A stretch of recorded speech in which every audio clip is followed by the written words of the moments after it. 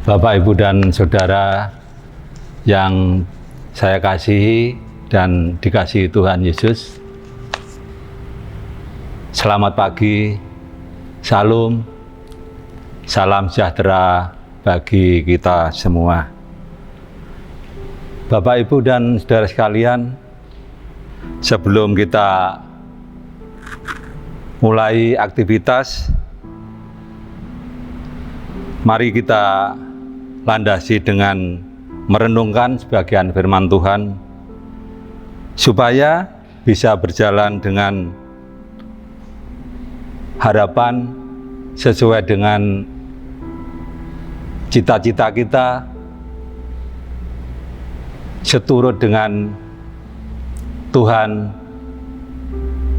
supaya apa yang kita kerjakan bisa berguna bagi kita semua dan terlebih bagi keluhuran nama Tuhan. Mari kita berdoa. Tuhan Allah Bapa kami yang bertahta dalam kerajaan surga yang mulia, Allah yang kami sembah di dalam Tuhan Yesus Kristus, Allah yang menjadi sumber hidup dan kehidupan kita sekalian.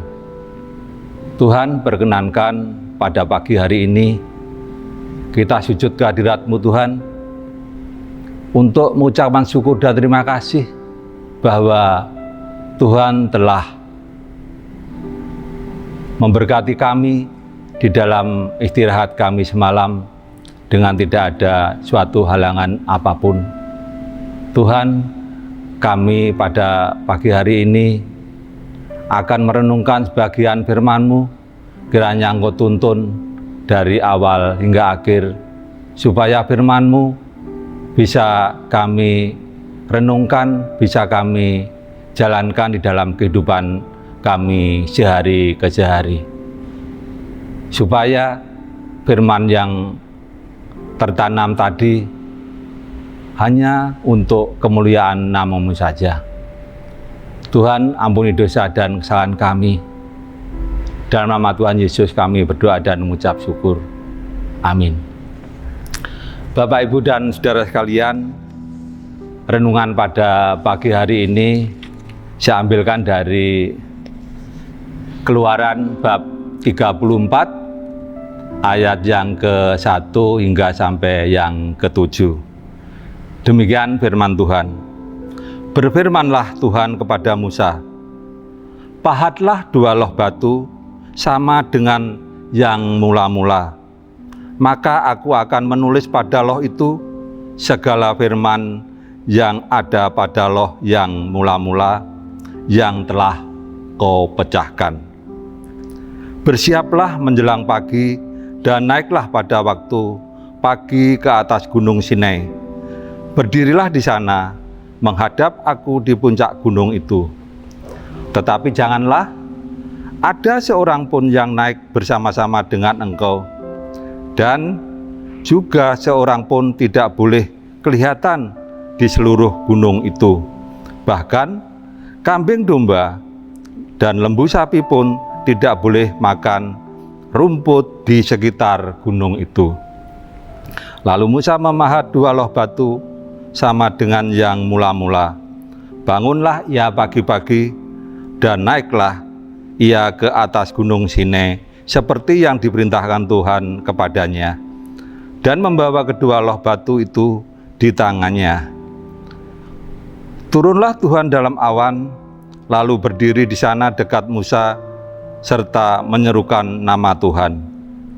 Berjalanlah Tuhan lewat dari depannya dan berseru, Tuhan, Tuhan Allah penyayang dan pengasih, panjang sabar, berlimpah kasihnya dan setianya, yang meneguhkan kasih setianya kepada beribu-ribu orang, yang mengampuni kesalahan, pelanggaran, dan dosa, tetapi tidaklah sekali-kali membebaskan orang yang bersalah dari hukuman, yang membalaskan kesalahan bapa kepada anak-anaknya dan cucu-cucunya kepada keturunan yang ketiga dan yang keempat. Sampai sedemikian jauh pembacaan firman Tuhan yang terambil dari Keluaran bab 34 ayat 1 sampai yang ke-7.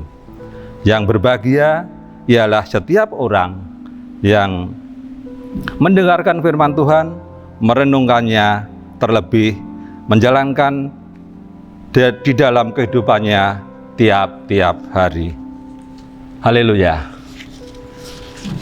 Bapak, Ibu, dan saudara sekalian, Tuhan berfirman pada Musa bahwa Musa diperintahkan Tuhan untuk memahat 2 loh batu yang sudah dipecahkannya, dan supaya dibawa ke Gunung Sinai pada pagi-pagi benar. Dan tidak boleh seorang pun yang menyertai Musa, bahkan kambing domba dan lembu sapi pun tidak boleh makan rumput di sekitar Gunung Sinai itu. Karena Musa taat dan setia pada Tuhan, maka Musa memahat 2 loh batu tersebut dan dibawa ke atas Gunung Sinai seperti yang diperintahkan Tuhan kepada Musa. Bapak, Ibu, dan saudara sekalian, renungan pagi ini saya beri judul atau tema setia. Kata setia mengandung arti berpegang teguh pada janji, patuh, taat. Kata setia ini begitu mudah diucapkan, tetapi sulit untuk dilakukan. Sebenarnya dalam benak setiap insan di dunia ini tentu ingin menjadi orang yang setia. Setia pada Tuhan, setia pada keluarga, setia pada pekerjaan, setia pada setiap janji yang telah diucapkannya. Kisah-kisah romantis tentang pasangan pria dan wanita yang saling mencintai dan saling setia sampai maut memisahkan begitu indah untuk didengarnya. Ada pasangan yang bisa terus menjaga untuk saling setia karena saling mencintai, tetapi ada juga yang kandas di tengah jalan karena salah satu pasangan berpaling kepada yang lain.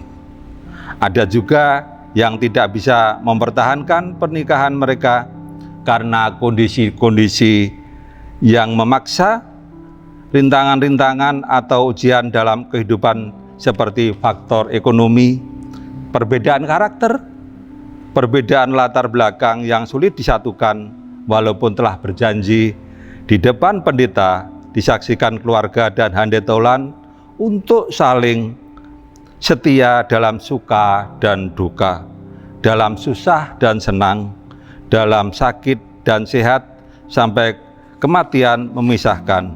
Itulah kenyataannya yang terjadi karena manusia begitu mudah berubah, tidak tahan menghadapi masalah yang terjadi sehingga tidak bisa memegang teguh janji yang telah diucapkan dan tidak dapat mempertahankan kesetiaannya. Bapak, Ibu, dan saudara sekalian, ada suatu kisah tentang Gordon dan Norma, yaitu ada sebuah kisah tentang seorang pria dan wanita yang benar-benar memegang janji untuk saling setia. Mereka adalah Gordon dan Norma yang mengucapkan janji setia sampai maut memisahkannya. Dalam suatu upacara pernikahan di depan altar gereja pada waktu itu, mereka berdua membangun mahligai rumah tangga yang harmonis dan saling mengasihi selama 72 tahun lamanya.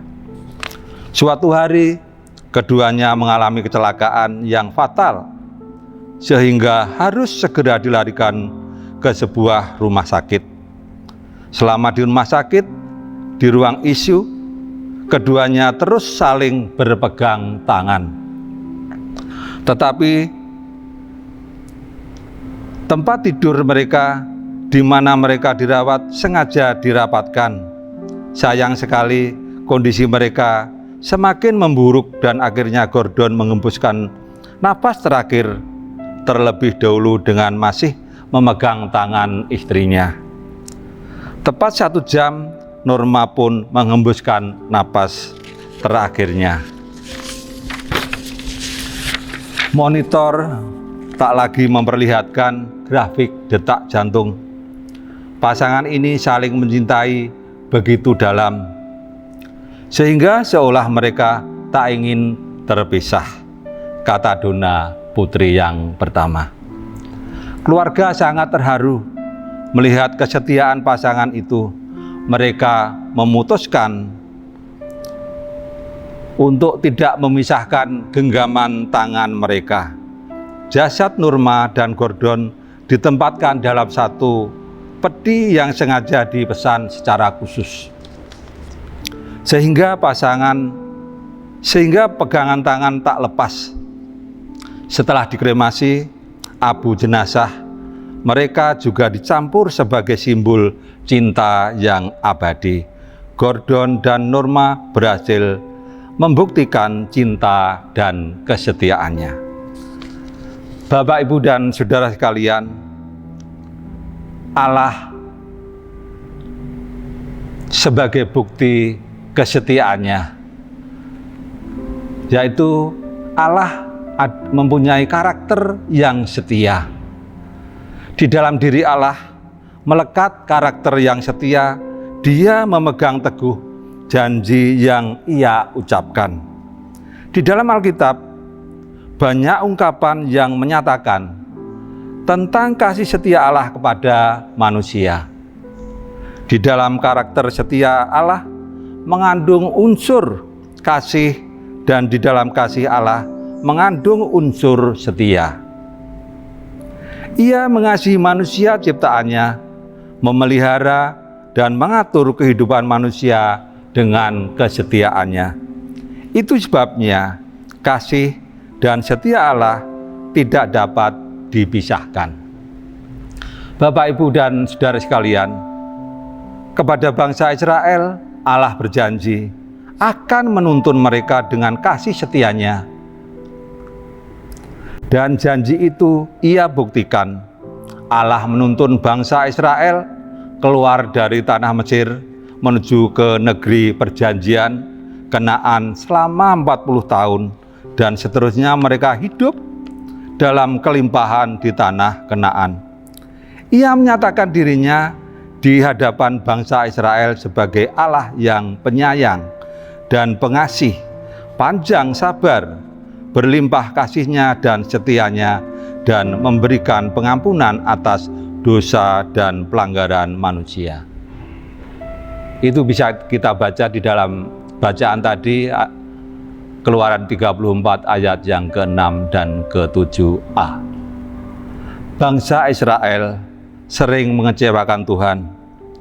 Ketika menghadapi hal-hal yang tidak menyenangkan, mereka mudah sekali berbalik meninggalkan Tuhan. Mereka berubah setia kepada Tuhan dengan menyembah ilah-ilah lain yang menyakitkan hati Tuhan. Tetapi Tuhan tetap menunjukkan kasih setia-Nya kepada mereka, kasih setia-Nya kepada mereka, dan memberikan pengampunan. Sesungguhnya bukan hanya kepada bangsa Israel, tetapi juga kepada setiap manusia Tuhan menunjukkan kasih setia-Nya. Bapak, Ibu, dan saudara sekalian, kasih setia Tuhan juga ditunjukkan kepada orang-orang Niniwe yang telah berbuat jahat dan kejahatannya sampai kepada Tuhan, sehingga Tuhan memerintahkan Yunus untuk memperingatkan kejahatan yang telah dilakukan oleh orang-orang Niniwe. Yaitu terdapat di dalam Yunus bab 1 ayat 1 dan 2. Datanglah firman Tuhan kepada Yunus bin Amitasi demikian, bangunlah, pergilah ke Niniwe, kota yang besar itu, berserulah terhadap mereka, karena kejahatannya telah sampai kepadaku. Bapak, Ibu, dan saudara sekalian, kesetiaan Tuhan tidak hanya sampai di situ. Tuhan berfirman di dalam Yohanes bab 3 ayat yang ke-16 mengatakan, oleh karena kasih setia Allah kepada manusia, Ia mengaruniakan anaknya yang tunggal, yaitu Tuhan Yesus Kristus datang ke dunia dengan misi untuk menyelamatkan umat manusia yang berdosa, supaya yang percaya kepadanya tidak binasa tetapi memperoleh hidup yang kekal. Yesus setia melakukan tugas yang diembankan kepadanya sehingga menderita mati di atas kayu salib Golgota. Sebagaimana Tuhan Yesus setia sampai mati, maka kita pun yang telah ditebus juga menjadi orang yang memiliki karakter yang setia. Kepada jemaat di Antiokhia, Barnabas memberikan nasihat supaya mereka tetap setia kepada Tuhan, sekalipun menghadapi banyak penderitaan oleh karena Kristus. Terdapat di Kisah Para Rasul bab 11 ayat yang ke-23. Bapak, Ibu, dan saudara sekalian, di dalam menempuh kehidupan yang tidak mudah ini, di mana ada duka dan penderitaan, ada ujian dan pencobaan, ingatlah firman Tuhan yang mengatakan, pencobaan-pencobaan yang kamu alami ialah pencobaan-pencobaan biasa yang tidak melebihi kekuatan manusia. Sebab Allah setia, dan karena itu Ia tidak akan membiarkan kamu dicobai melampaui kekuatanmu. Pada waktu kamu dicobai, Ia akan memberikan kepadamu jalan keluar, sehingga kamu dapat menanggungnya. 1 Korintus bab 10 ayat yang ke-13. Bapak, Ibu, dan saudara sekalian, lebih jauh lagi Tuhan berfirman mengatakan, jangan takut terhadap apapun yang harus engkau derita. Sesungguhnya iblis akan melemparkan beberapa orang dari antaramu ke dalam penjara supaya kamu dicobai dan kamu akan peroleh kesusahan selama 10 hari. Hendaklah engkau setia sampai mati, dan aku akan mengaruniakan kepadamu mahkota kehidupan. Bapak, Ibu, dan saudara sekalian, setelah kita mendengarkan kesetiaan Tuhan, marilah kita belajar dari Tuhan Yesus yang setia sampai mati demi kita manusia yang berdosa. Ketika menghadapi kondisi yang buruk, jangan berpaling kepada yang lain. Jangan tinggalkan Tuhan Yesus. Jadilah orang yang setia kepada Tuhan sampai akhir hidup kita. Maka Ia akan mengaruniakan mahkota kehidupan. Setialah kepada pasangan hidup, maka keluarga kita akan berbahagia. Setialah pada pekerjaan, nanti akan menikmati hasilnya. Dan setialah kepada perkara yang kecil, maka Tuhan akan memberi tanggung jawab yang lebih besar. Setialah sampai mati.